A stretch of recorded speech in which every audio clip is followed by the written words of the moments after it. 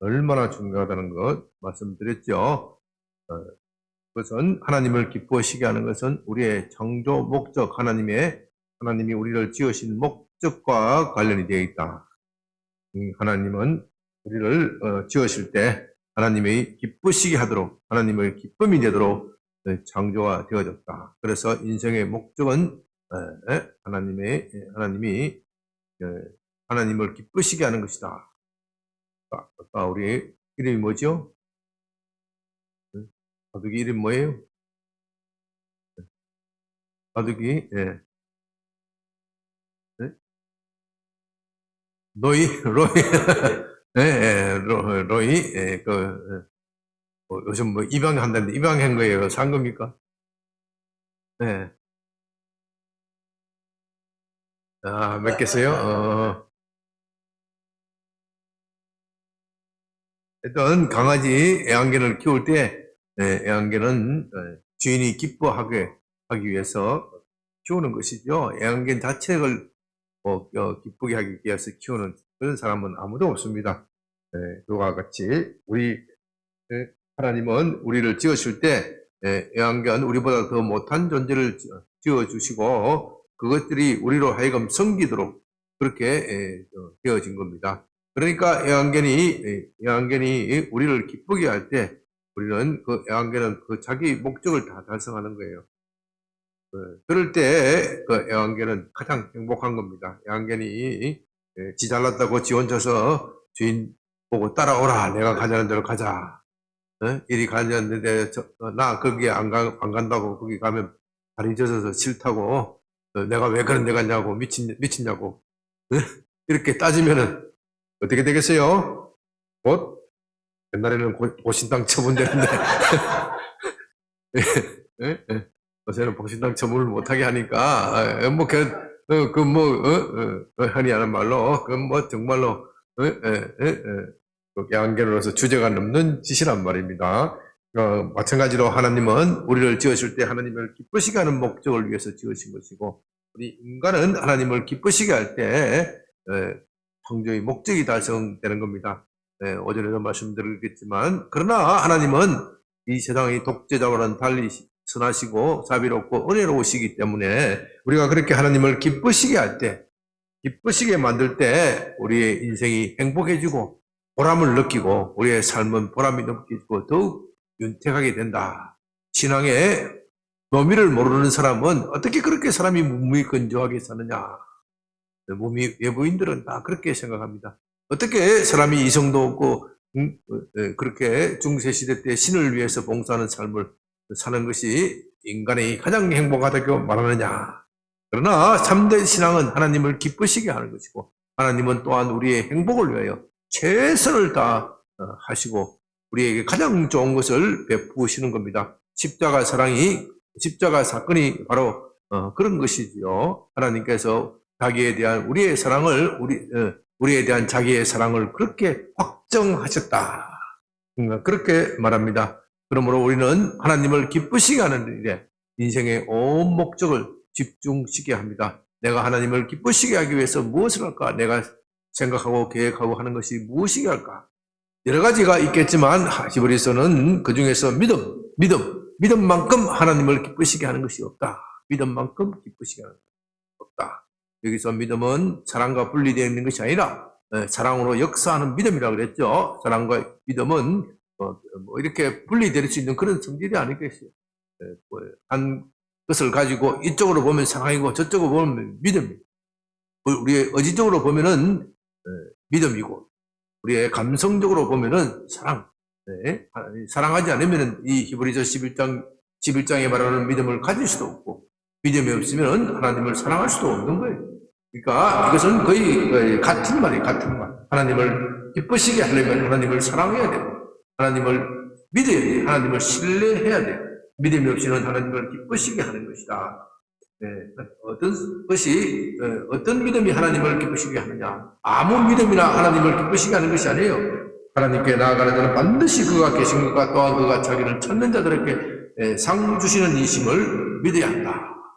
그래서 하나님의 살아계신 것과 그가 상 주시는 하나님을 믿어야 한다는 것을 우리가 그때 말씀을 드렸습니다. 그러면 믿음이 무엇이냐? 믿음이 무엇이냐? 믿음은 일절에 바라는 것들의 실상이요 보이지 않는 것들의 증거다. 믿음은 바라는 것들의 실상이요 보이지 않는 것들의 증거다. 한국에서 어느 목사님이 이 구절을 제일 좋아했습니까? 아주 이 구절 한 절을 가지고 설교를 아주 잘한 목사님이 있었어요. 저도 어릴 때 참 감동을 많이 받고 그렇구나 그렇게 했는데 지금은 자꾸 하셨는데 그런데 내가 신학을 공부해보고 하니까 좀 아닌 것 같아. 어떻게 이 시브리서 11장 1절의 말씀을 가지고 어떻게 가르쳤느냐? 믿음은 바라는 것들의 실상이요 보이지 않는 것들의 증거라고 했으니 여러분 꿈을 크게 그리십시오. 꿈을 크게 그리시고 그것이 이루어졌다. 그것을 믿고 믿는 그대로 이루어진 그대로 짓다고 졌다고 아직까지 현실적으로 이루어지지 않았지만 이루어졌다고 그대로 믿고 행동하십시오. 그러면 기적이 일어날 것입니다. 그렇게 가르쳤어요. 그래서 저도 고등학교 다닐 때 그분이 설교 부흥회 때 부산에 부흥이 오셔서 그런 엄청난 부흥회를 하셨는데 부산 체육관에서 부산 구덕체육관이라고 어마어마한 체육관에 있어요. 뭐 장충체육관만큼 크지는 않겠지만은 어마어마한 체육관이 그 빽빽하게 모여서 얼마나 막 은혜롭고 파워 있고 힘있게 말씀하시는지 야 그래야 되겠구나. 내가 앞으로 법관이 될 것인데 사법시험 공부를 할 것인데 나는 법관이 되었다고 생각하고 공부하자. 공부 잘 되더라고요. 공부 잘 돼. 그런 것이 효과가 없는 것이 아니에요. 흔히 말하는 긍정적인 믿음. 그분은 그렇게 긍정적인 믿음을 강조해서 세계적으로 제일 큰 교회를 이루어내었습니다. 긍정적인 믿음. 참 좋은 것이죠. 믿음은 긍정적이어야 되는 것이고 좋은 것입니다. 그런데 히브리서 11장에서 말하는 믿음은 그런 게 아니에요. 그런 믿음을 말하는 것이 아니에요. 긍정적인 믿음, 그 자체가 틀렸다는 것이 아니지만은 히브리서 11장에서 말하는 11장 1절에서 말하는 믿음은 그런 믿음. 내가 바라는 것이 꿈에 그려지고 그것을 실제로 이루어졌다고 생각하고 말하자면 내가 사법시험에 합격했다고 믿고 공부하라. 이미 합격했다고 믿고 공부하라. 왜? 믿음은 바라는 것들의 실상이니까. 내가 믿는 대로 될지어다. 내 믿음대로 될지어다. 내가 몸에 병이 있을 때 몸에 아직 병이 낫지 않았어요. 그러나 몸에 병이 이미 나은 것으로 믿고 행하라. 그렇게 하니까 실제로 많은 사람들이 고침을 받고 기적이 나타나고 그렇기 때문에 그 교회가 크게 부흥을 한 겁니다. 돌이켜보면요, 하나님이 참 한국교회 그때 수준이 낮기 때문에 그렇게 성경에 대해서 곡해를 해도 하나님께서 복을 주실 때가 있었어. 어릴 때 믿음이 우리도 그렇잖아요. 애가 뭘 잘 몰라도 말 한마디 하는 것만 해도 신기할 때가 있어. 오늘 우리 어천이 또 미세하고 있으니 있잖아요. 그 시기에는 말 한마디 하는 그것 자체가 귀여워서 틀린 말을 해도 얼마나 귀여운지 몰라. 아마 한국교회가 그런 수준인 것 같은 것 같아. 그러나 점점 아이가 자라고 지적 수준이 자라면 아이가 말을 제대로 해야지 계속 옹알거리는 말을 하면은 부모의 걱정, 근심, 거리가 되는 거예요. 히브리서 11장에서 말하는 믿음은 그런 믿음이 아니에요. 내가 가만 보니까 그것이 무슨 믿음이냐? 바라는 것들의 실상이요 보이지 않는 것들이 증거다. 히브리서 11장에서 말하는 믿음은요, 그것을 이해하기 위해서는 여러 사건들이 많이 나오는데 오늘 제가 특별히 아벨의 사건, 가인과 아벨의 사건에 대해서 4절에 나오는 그것을 가지고 히브리서 11장에서 말하는 믿음은 이런 것이다. 여러분 보십시오. 믿음으로 아벨은 가인보다 나은 제사를 드림으로써 하나님께 어려운 자라 하는 증거를 받았다. 여기에 아벨이 하나님 내가 제사를 드릴 때 하나님 내 꿈을 이루어 주실 것을 믿습니다. 그 꿈이 아직 이루어지지 않았지만 내가 지금 이루어진 것으로 행동하겠습니다. 아벨이 그렇게 해서 제사를 드렸어요? 그거 아니죠? 이 히브리서 10장에 나오는 믿음의 여러 사례가 나오는데 그런 믿음은 아무데도 적용이 안 돼.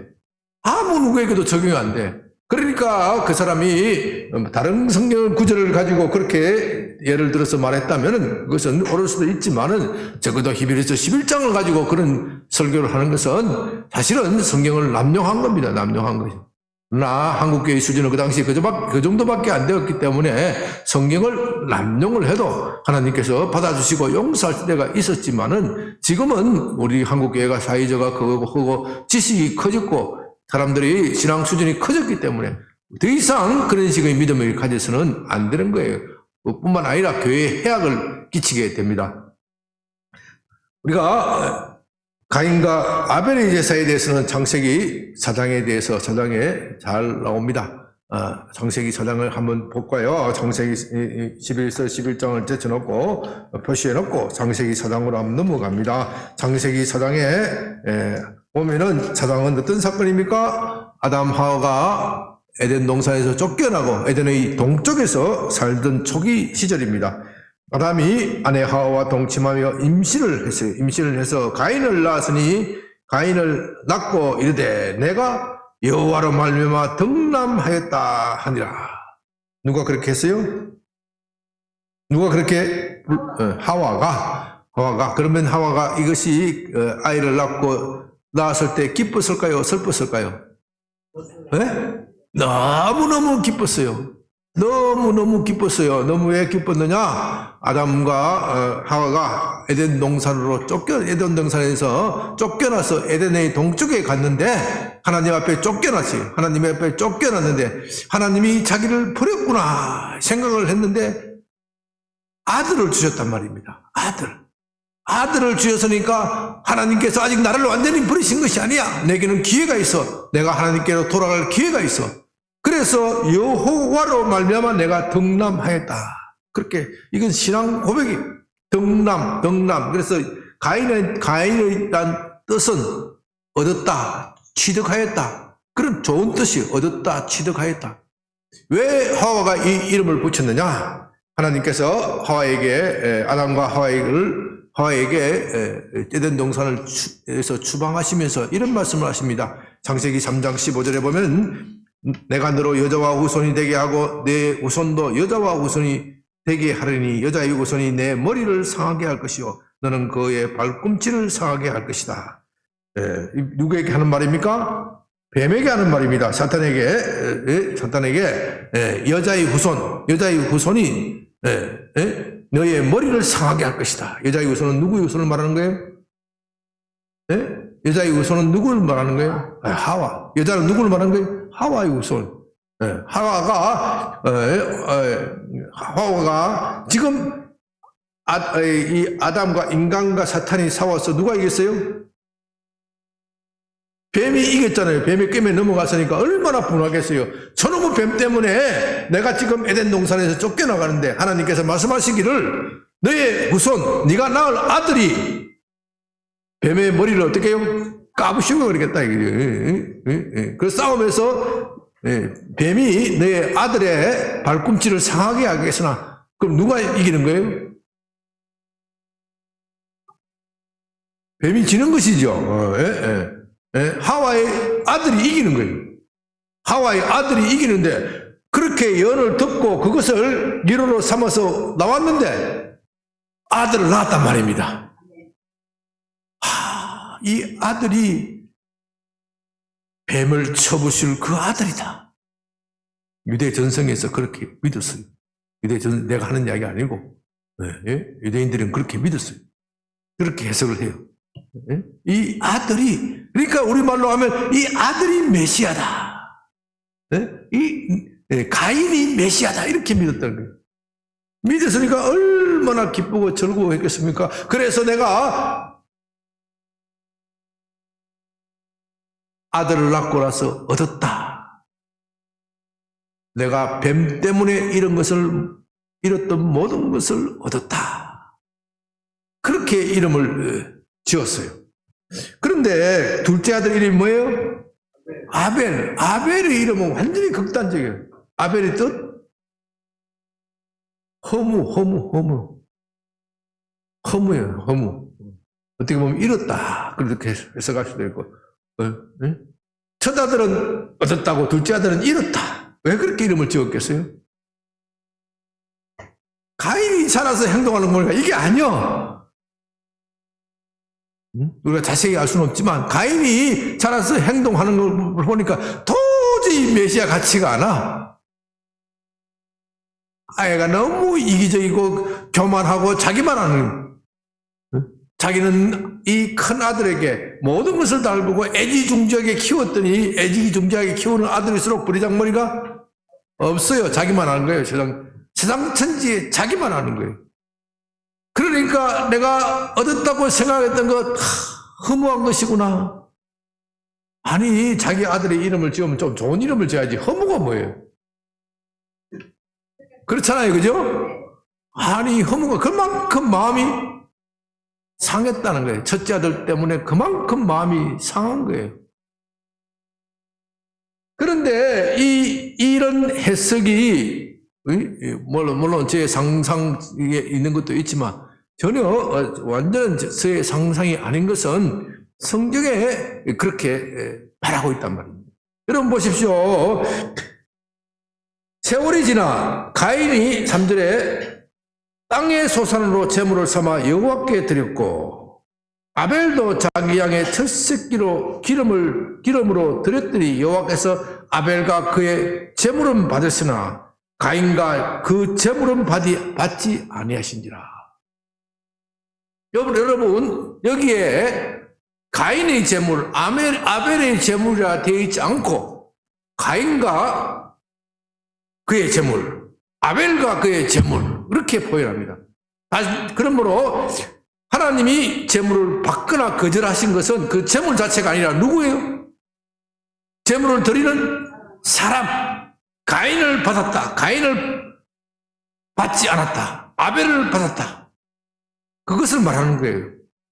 그러니까 이 말씀 속에 중요한 것은 제물이 무엇이냐. 그것이 중요한 의미를 가지고 있는 것이 아니에요. 어떤 사람은 이것은 가인은 농산물로 하나님께 제사를 드렸으니 농산물은 하나님께 받지 못한 것이다. 제물은 뭐니 해도 희생 제물이 최고야.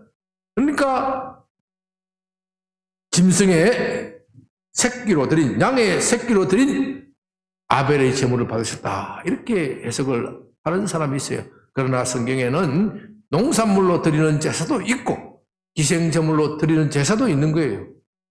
그것 때문에 하나님께서 가인의 제사는 거절하고 노하시고 아벨의 제사만 예스한 것이 아니라는 거예요. 가인과 아벨의 인격에 뭐가 문제가 있는 거예요. 가인과 아벨의 인격에 문제가 있는 거예요. 그것을 해석하는 것이 해석해 주는 것이 히브리서 말씀입니다. 히브리서 말씀에서 가인의 제사는 왜 노당했습니까? 제물을 드릴 때 뭐가 없었어요? 믿음이 없었던 거예요. 아벨의 제사는 왜 예스가 됐어요? 거기에 믿음이 있었던 거예요. 그러니까 같은 예배를 드려도 믿음의 예배는 하나님이 받으시는 것이고 불신의 예배는 하나님이 받지 않으시는 거예요. 믿음이 없이 드리는 제사는 예배는 받지 않으시는 거예요. 같은 봉사라도 마찬가지입니다. 하나님께 대한 믿음을 가지고 드리는 봉사는 하나님이 받으시는 것이고 불신의 봉사, 믿음을 갖지 않고 드리는 제사는 받지 않는 거예요. 이것이 믿음을 가지고 드리는 봉사, 이것이 하나님을 기쁘시게 한다. 믿음을 가지고 드리는 예배, 이것을 기쁘시게 한다. 그 이유는 예배 자체에 하나님이 기쁘시하는 것이 아니라 예배 안에 무엇이 있기 때문에요? 믿음이 있기 때문에. 믿음이 있기 때문에. 봉사 안에 무엇이 있기 때문에요? 믿음이 있기 때문에. 봉사 안에 믿음이 있기 때문에. 그러니까 아무 봉사를 하나님이 기뻐하시는 것이 아니고 믿음이 있는 봉사, 믿음이 있는 제사, 하나님이 이것을 기뻐하신다. 왜 믿음이 없는 제사냐? 가인의 제사가 왜 믿음이 없는 제사냐? 그것은 창세기 4장에 보면 분명히 나옵니다. 하나님께서 가인의 제사를 받으시고 아벨의 제사를 받으시고 가인의 제사를 노했을 때 가인의 반응은 어떻게 했습니까? 예? 그의 어떻게 해요? 예, 심히 분하다. 6절 여호와께서 가인에게 5절 가인과 그의 재물은 받지 아니하신지라 가인이 몹시 분하여 안색이 변한지라.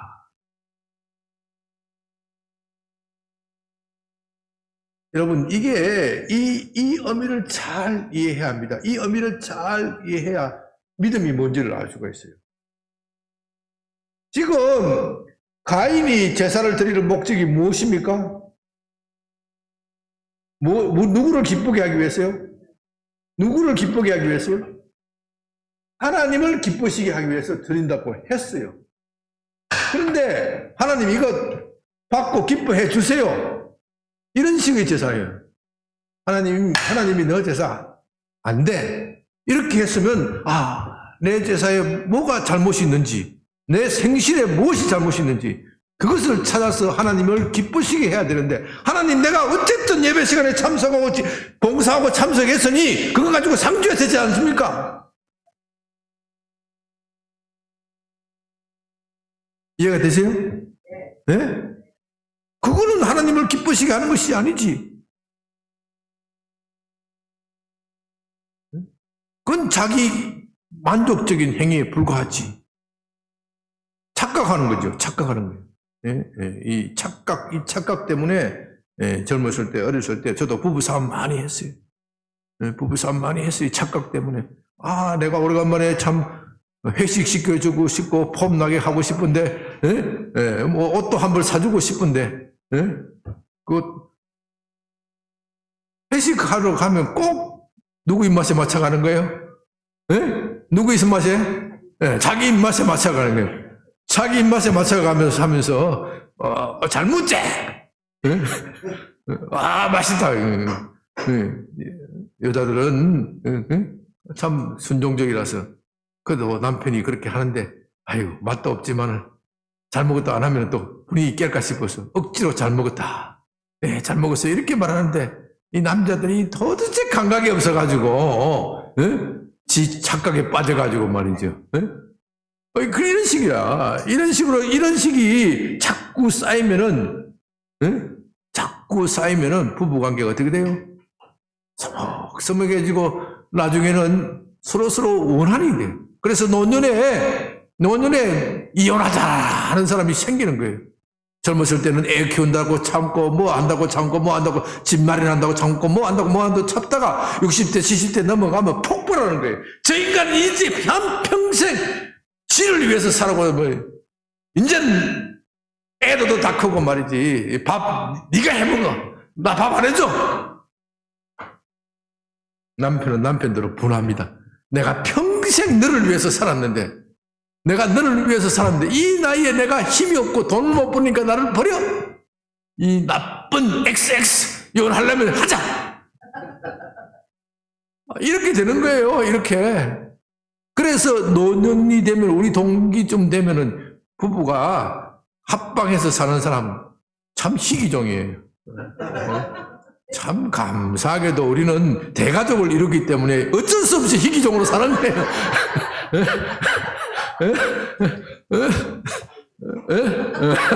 매일과 같이 원수를 사랑하라는 말씀을 실천하면서 사는 거예요. 이렇게 되는 거예요. 이렇게 그 섭섭한 마음이 평생 남아 있어가지고 저 평생 원수가 되는 거예요. 그러니까 이 같은 밥을 사더라도 상대방을 위해서 사야 되지. 자기 만족적인 밥을 사면은 무슨 상이 있겠어요. 가인의 제사가 이런 거예요. 자기가 떡상을 차려놓고 하나님 맛있죠? 하나님 맛있죠? 그 참 미치는 거예요. 하나님은 배가 짤짤짤 고파 있는데 지 혼자 마시고 끝났습니다. 상 주셔야죠. 이런 제사. 하나님이 그게 아니다고 말씀하시면은 자기의 뭐가 문제점이 있는지 찾아서 그걸 해결해야 되는데 누구를 쳐다보는 거예요? 누가 문제가 있다고요? 예? 하나님이 문제가 있다고 하기에는 너무 상대가 벅차니까 누구? 동생 아벨이 문제가 있어. 저 인간만 없으면 내가 하나님의 사랑을 독차지할 걸. 그래서 동생을 죽이려는 마음이 그 마음속에 이미 저것을 제거해버려야 되겠다는 마음이 꽉 차버렸어. 그래서 하나님께서 그에게 경고합니다. 7절, 내가 선을 행하면 어찌 낯을 들지 못했느냐. 내가 나를 기쁘게 만들었으면 내가 어떻게 너를 제사를 받지 않았겠느냐. 선을 행하지 않으면 나를 기쁘게 하지 않으면 너는 계속 악한 생각이 너를 사로잡게 될 것이고 너는 그 악한 생각 때문에 결국 죄를 지을 것이다. 그러니 너는 죄가 너를 원하나 죄가 너를 이리저리로 끌고 가기를 원하나 너는 그 죄를 다스려야 한다. 너 악한 생각을 쳐내야 한다. 그렇게 이야기하였지만 가인은 그 경고를 듣지 않고 결국 동생을 죽이게 됩니다. 반면 아벨을 생각해 보십시오. 아벨은 태어날 때부터 참 서글퍼. 엄마 아버지가 이름을 부를 때 아벨아 허무하다. 자기 아들 부르는데 허무야. 넌 아무것도 아니야. 넌 아무것도 아니야. 얼마나 서럽겠어요. 에? 형을 이름을 부를 때 가인아 너는 모든 것이야. 그렇게 부르는데 자기를 부를 때는 너는 아무것도 아니야. 나는 아무것도 아니야. 인생은 다 허망한 거야. 그러니 아벨이 갈 때는 어디 있어요? 하나님, 내 이름을 왜 이렇게 지었습니까? 왜 내 인생을 이렇게 허무한 겁니까? 그렇게 해서 하나님이 부모의 사랑을 받지 못하다가 보니 찾아갈 때는 하나님밖에 없는 거예요. 하나님과 교제 속에서 하나님을 기쁘시게 하는 법을 배우는 거예요. 하나님을 기쁘시게 하는 법을 배웠기 때문에 그가 하나님이 기뻐하시는 제사를 드린 거예요. 하나님이 원하는 심령은 상한 심령이에요. 아벨은 어릴 때부터 상한 심령이 될 수밖에 없었어요. 그것을 말하는 것이 히브리서 말씀이에요. 그러므로 히브리서 11장 1절에서 말하는 믿음이라는 것은 우리가 꿈대로 이루어진다는 그 믿음이 아니라 하나님이 살아계신 것. 그렇게 말씀드렸죠? 하나님이 살아계신 것은 무슨 뜻이라고요? 가인은 그런 믿음이 있었습니다. 하나님이 살아계신다는 그 믿음이 있었죠. 그 믿음이 있었기 때문에 제사를 드린 거예요. 그런데 히브리서 11장 6절에서 말하는 하나님이 계신 것의 믿음은 하나님이 단지 존재한다 그것이 아니라 하나님이 모든 것을 다스리고 주권적으로 다스린다는 그 믿음을 말한다고 말씀드렸죠. 하나님이 주권적으로 하나님이 모든 것을 결정하신다. 나는 그 결정에 예수하겠다. 그 믿음을 말하는 거예요. 그리고 상 주신다. 그 믿음을 가지고 있으면 반드시 보답하신다. 반드시 응답하신다. 그 믿음을 말하는 거예요. 내가 원하는 그 상이 아니라 하나님이 내게 주시는 상. 내가 원하는 상은요, 허무한 거예요. 허무한 거. 이 세상에서 잘 먹고 잘 사는 그것을 원하는 거예요. 그것만을 그리는 거예요. 내가 원하는 것은. 그러나 하나님께서는 우리를 향하여 다른 생각이 계시고 다른 의도가 계십니다. 그것은 우리가 생각하는 것보다도 훨씬 고차원적이고 훨씬 좋은 거예요. 그 훨씬 고차원적이고 좋은 것을 우리는 결코 원하지 않습니다. 왜냐하면 그것을 얻으려면 우리 가운데 있는 지저분한 것을 다 뜯어내고 덕지덕지 붙은 때를 다 씻어내려야 되는데 우리는 이런 때를 씻어내기를 좋아하지가 않아요. 이 때는요 그냥 벗어지는 것이 아니고 우리의 고난을 통해서 벗어지는데 우리가 예수 그리스도를 믿음으로 하나님의 자녀가 되었지만 깨끗하게 되기 위해서 깨끗한 몸이 되기 위해서는 고난을 받아야 돼요. 우리는 그런 고난을 그런 불시험을 통과하기를 결코 좋아하지 않아요. 하나님 내가 예수님의 자녀가 되었으니까 요만큼 복만 주시면 됩니다. 그냥 내가 살 집이 있으면 되고 내가 결혼생활에 행복하면 되고 더 이상은 내가 필요 없습니다. 아니야. 넌 나의 자녀로서 그리스도의 용사로서 이 세상의 허감에 빠져 사는 사람들은 많은 사람들을 구해야 돼. 하나님 그런 것은 저 사명받은 심재창군에게나 하십시오. 나에게는 하지 마소서. 쟤를 보내주시고 나를 보내지 마세요. 우리 다 그런 마음이 있어요. 나에게는 조금만 고난을 조금만 하시고 고난을 하시되 조금만 하시고 쟤는 원래 태어날 때 믿음이 좋은 애니까 쟤한테 고난 많이 주시고 쟤를 아프리카 보내시고 쟤를 어디 보내시고 나는 대한민국 여기서 살겠습니다.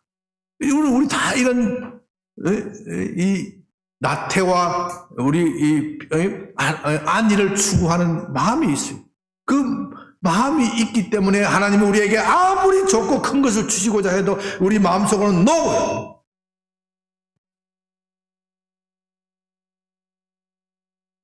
그렇기 때문에 참된 믿음이라는 것은 하나님이 내 삶의 주권지, 하나님이 내 삶의 주권자다. 그리고 내가 그 하나님의 주권에 따라가면은 나는 지금 알 수는 없지만 하나님이 나에 대한 그림을 제대로 완전하게 윤곽을 파악할 수도 없지만 나에게 가장 최선의 것을 준비하고 계신 것이야.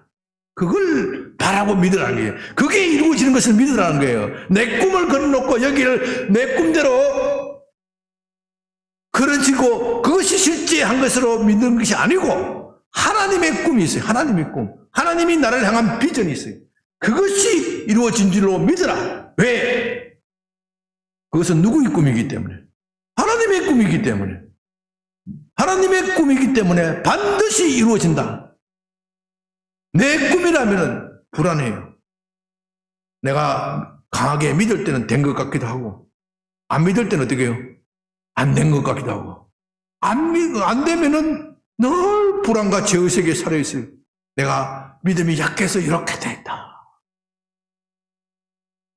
믿음은 우리에게 불안과 죄의식을 심어주는 것이 아니에요. 불안과 죄의식을 제거해 주는 것이지. 이 믿음을 잘못 오해하는 사람들은요, 믿음을 더욱더 불안한 것으로 오해를 해요. 믿음을 더욱더 불안정한 것으로 오해를 해요. 왜? 내가 믿음이 적어서 이것밖에 못하고, 내가 믿음이 적어서 병을 고치지 못하고, 믿음이 적어서 나는 여전히 가난하고, 늘 이렇게만 생각하는 거예요. 그렇기 때문에 그의 삶은 늘 불안하고 불안정하고, 하나님의 복을 받더라도 늘 마음에 스트레스가 있고, 긴장이 있고, 이 복이 날아가면 어떡할 것인가? 이 복이 날아가면 어떡할 것인가? 늘 불안해요. 예수를 믿어도 늘 불안해요. 그러나 참다운 믿음을 가지는 사람은 안정이 되는 겁니다. 나는 연약해도 하나님께서 붙드실 것이야. 내가 지금 당장 이 고난 속에서 때로는 내가 넘어지고 자빠지고 그런다고 할지라도 때로는 내가 비참한 지경에 이르러 바다까지 간다고 할지라도 하나님께서는 때가 되면 나를 일으키실 거야. 내가 그것을 바라보고 믿는 거예요. 그것은 하나님이 내게 말씀하시고 약속하신 것이기 때문에 반드시 이루어진다. 그랬기 때문에 그것이 믿음은 바라는 것의 실상이요 보이지 않는 것의 증거라고 말하는 것. 그렇지 않고 우리의 꿈과 비전이 바라는 것들의 실상이요 보이지 않는 것들의 증거라고 말한다면은 이 히브리서는 이해할 수가 없는 거예요. 이해할 수가 없는 거예요. 왜? 히브리서에서 칭찬하는 믿음의 사람들은 다 세상적으로 보면 결말이 비참했어요. 다라는 말은 좀 그렇지만 대부분 다 결말이 비참했어요. 아벨의 결말은 무엇입니까? 죽음이에요. 죽음. 세상에서 그의 부모가 말한 대로 허무하게 죽어버렸어요. 허무한 거예요. 그러나 허무가 아니에요. 허무가 아니에요.